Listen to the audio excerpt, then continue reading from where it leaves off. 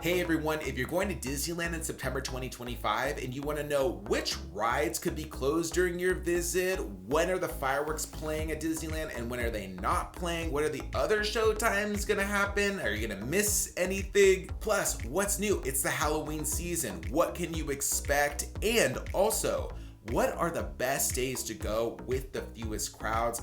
I'm David Vaughn, your buddy who's obsessed with Disneyland, and once again, I'm using my obsession for good to tell you everything about these details and more to prepare you for your visit. Let's get right into it, September 2025. Starting off with ride and attraction closures, we do have quite a bit this month because September is technically the off season, so it's likely Disneyland is closing more attractions during this time, not expecting as many crowds as say October and then the holiday season, which rolls out shortly after. So I'll roll out all of these closed attractions during the month. We have Casey Junior Circus Train and the Storybook Land Canal Boats, both closed all month. Now, all these times are subject to change, so this could change, but right now, this is the schedule. We also have Star Tours reopening September 5th, and Big Thunder Mountain pretty much closed the whole month. It's only gonna be open on the 1st for Labor Day, and then it's gonna close for the rest of the month, and we don't have a reopening date for that just yet. Main Street Cinema is closing for a couple of weeks, September 8th through the 25th, as well as Mark Twain Riverboat closed for a couple of days, September 8th through 11th. The Pirates Lair on Tom Sawyer Island, which I think means Tom Sawyer Island is going to be unavailable, although they're not saying the rafts are unavailable, so I'm not entirely sure if it's part of it or most of it, but I would just expect that you can't go out to Tom Sawyer Island during this time. That's going to be closed September 15th, 16th, and 17th. Dumbo the Flying Elephant closed September 16th through 17th. Sailing Ship Columbia closed September 22nd through the 25th. And then over at Disney California Adventure, we've had Radiator Springs Racers closed for a big chunk of the first part of the Halloween season. However, it is scheduled to reopen September 26th. We also have Goofy Sky School, which will be closed September 28th, and then will reopen October 4th. All of these dates are subject to change, so just know that it is possible we could see some things open up earlier or have an extension on their closure dates. We have the Halloween Screams show back that will play nightly at 9:30 p.m. However, it does not have fireworks every single night. Instead, because we're in the off season, we're seeing nightly fireworks September 1st, 5th through 7th, 12th through 14th, 19th through 21st, and 26th through 28th, as long as the weather permits it. So basically on the weekends, and then added Labor Day to that fireworks schedule. So the show will still play every single night with projections, laser effects, things like that. It's a really cool show if you haven't seen it before, but if you're going on the weekend, then you're gonna get those fireworks as well. Fantasmic has a very similar schedule on the weekends. However, we're not seeing Sundays for the show. I don't know if they're gonna get added later. We do have a Sunday on the 7th. However, I don't know what's gonna happen with the show. Just right now, that's what's happening. It seems like only Fridays and Saturdays for the most part in September, playing at 9 p.m. and 10:30 p.m. on those dates. The Paint the Night Parade, though, however, is a nightly entertainment offering. Now, right now, as I'm seeing this, the schedule only runs through September 27th. However, I do expect Paint the Night to run every single night. It's supposed to run through early November, so I'm guessing that we're gonna see this be a nightly parade. I don't know why they just don't have the schedule out that far, but catch it at 8:30 p.m. and again at 10:30 p.m. going along the parade route at Disneyland Park. We also have the Mickey Halloween Cavalcade. Now, I love a cavalcade at Disneyland, and this is why. It is a very short parade, just one parade float, and then you'll see like a car and a bunch of characters really around the floats. But if you want to see all of the characters in their Halloween costumes, this is the way to go. They will be on Main Street during the day, usually until like the early afternoon, although sometimes we do see them into the evening as well. But if you want to see Mickey, Minnie, Chip and Dale, Goofy, Pluto, Clarabelle, Donald, and Daisy in their Halloween costumes, plus a bunch of other characters like Peter Pan, Wendy, Maleficent, the Evil Queen, typically, they are all on this cavalcade. So you'll see a big float with all of the core characters in their Halloween costumes. You can see them all at once.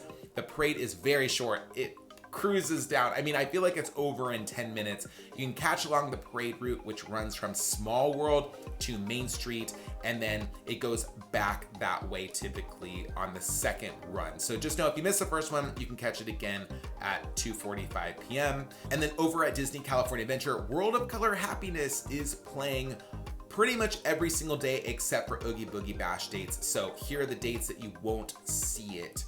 Now, speaking of Oogie Boogie Bash dates, I do want to highlight the dates that Oogie Boogie Bash will be at Disney California Adventure, closing the park early at 6 p.m. So my recommendation is, and always is, if you're doing a park hopper that day on one of these dates, just know that the park will close early for you at 6 p.m. at only Disney California Adventure. Typically, Disneyland stays open till later, anywhere from 10 to midnight, depending on the day. But I would head over to Disneyland in the afternoon. So I would start my day off at Disney California Adventure, then head over to Disneyland before 3 p.m. is my typical recommendation. That way you can get everything you need to get done at Disneyland Park. But once you have your fill of DCA, head over to Disneyland and then finish your day off there. I don't think it's necessarily a bad day to go if there's a party going on that night. I think that a lot of people avoid it, but then that could mean shorter ride wait times for you during the day, and you can get a lot more done typically. In addition, we have an updated Jack Skellington. He's appearing in New Orleans Square, kind of in between the Blue Bayou restaurant and Royal Street Veranda, which is just off to the side of the Pirates of the Caribbean ride. But if you want to see a new Jack, just know that he does have limited meet times. They can have pretty long waits. I was there the other day and they told me it was an hour wait to meet him. So just a heads up about that, but he has a whole new look this year. It looks a lot more like Jack to me. And more important dates to know, we have a Run Disney Halloween half marathon series weekend happening. It is going to be the final one at the Disneyland Resort for, I don't know. I mean, we're gonna have one more in January, February, I think, but we're not gonna have this Halloween one return for a while because of likely construction is what's pretty much happening here. But just know if you're going on these dates, you may see some more crowding trying to get in and out of the resort. They've done a really good job lately at making sure that that's not happening as much, but just give yourself a little bit more time to get in and out just in case there is some crowding there. Unfortunately, Run Disney is sold out this year, so if you wanted to join it, it doesn't look like there's going to be any availability. In addition, we have Gay Days returning to the Disneyland Resort on these dates. Typically, it's going to be Saturday, which is at Disneyland Park, and then on Sunday, we'll be at Disney California Adventure, but this is an unofficial event that's been going on in the parks for years. I want to say decades even, and it's a great way for members of the LGBTQ plus community as well as our allies to come out and show their support. All you got to do, wear a red shirt, get your park reservation and ticket. It's not a special ticketed event, and show up to the park. There's typically a group meetup with a big photo op in front of the castle, and this will be run at gaydays.com. You can see more information there about when to show up and times like that. But Disneyland will also typically have like rainbow cupcakes and things like that to sort of support the event, but it is still technically an unofficial event.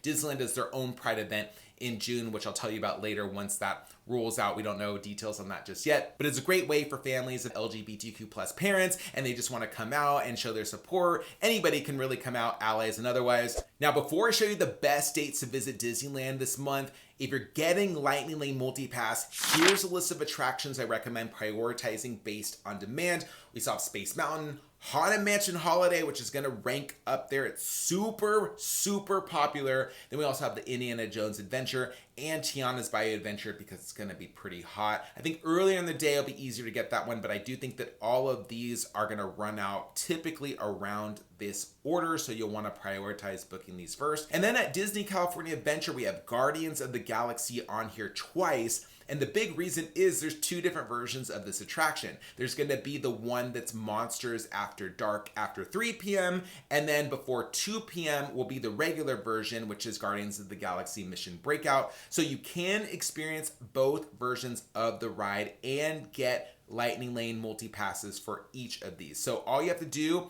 is go on the app, you can book your Lightning Lane multi-pass for the first one, and then once you've used that one, you can book it for the second one. But just know these are super limited. They do run out for these attractions pretty early on, so heads up about that. Then we also have Toy Story Mania and Web Slingers on that list as well. If you haven't seen Guardians of the Galaxy Monsters After Dark before, it's basically just a scarier, more monster-filled version of the ride that has a metal soundtrack. So it is not the same exact thing and has a different drop sequence as well. I don't think that people necessarily think that the drops are scarier, but it is just kind of a more, it just gives you a scarier version feeling overall. Now, what are the best days to visit the Disneyland Resort with the fewest crowds? There is a predictability factor here. Obviously, we can't say 100% for sure, but using Undercover Tourist Crowd Calendar, which I highly recommend and I will link in the description below, you're able to see what days are predicted to have the fewest crowds. However, I have my own set of dates for my own set of reasons that do vary with these. So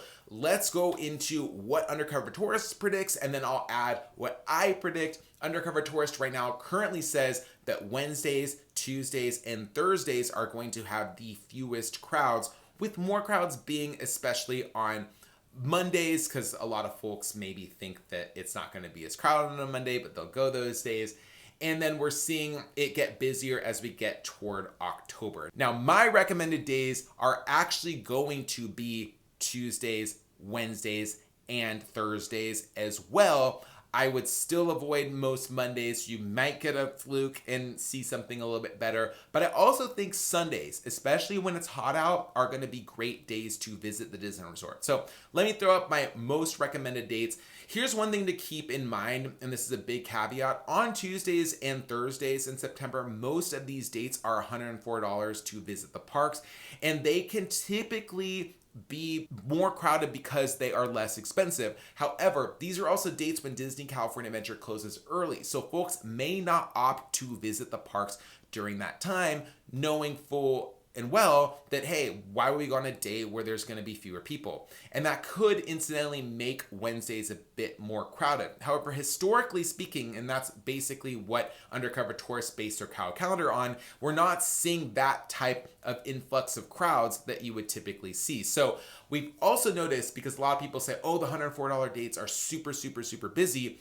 We've also noticed, though, that this year and many parts of even last year, those $104 dates more recently haven't been as busy as they were like a couple years ago. So just know that even it's possible that those dates could get sold out or close to selling out and really, really, really get packed because people want to go in there when it's less expensive. But also know that factors like the heat and the park closing early could also change the number of guests who are visiting that day. So keep those dates in mind. If you have any questions about visiting Disneyland in September 2025, please leave them in the comments below and I will do my best to answer. If you like this video, give it a thumbs up, please. It really does help me out. And if you're going to Disneyland and want to know more tips, I have a couple videos here that will show you some really cool things you should definitely check out. And also think about subscribing. I'm building a community here where we talk about theme parks, especially Disneyland. Just have a lot of fun. Love seeing you all come back and leave your comments. Makes me really happy. I'm David Vaughn. Thanks so much for watching, and I'll see you next time.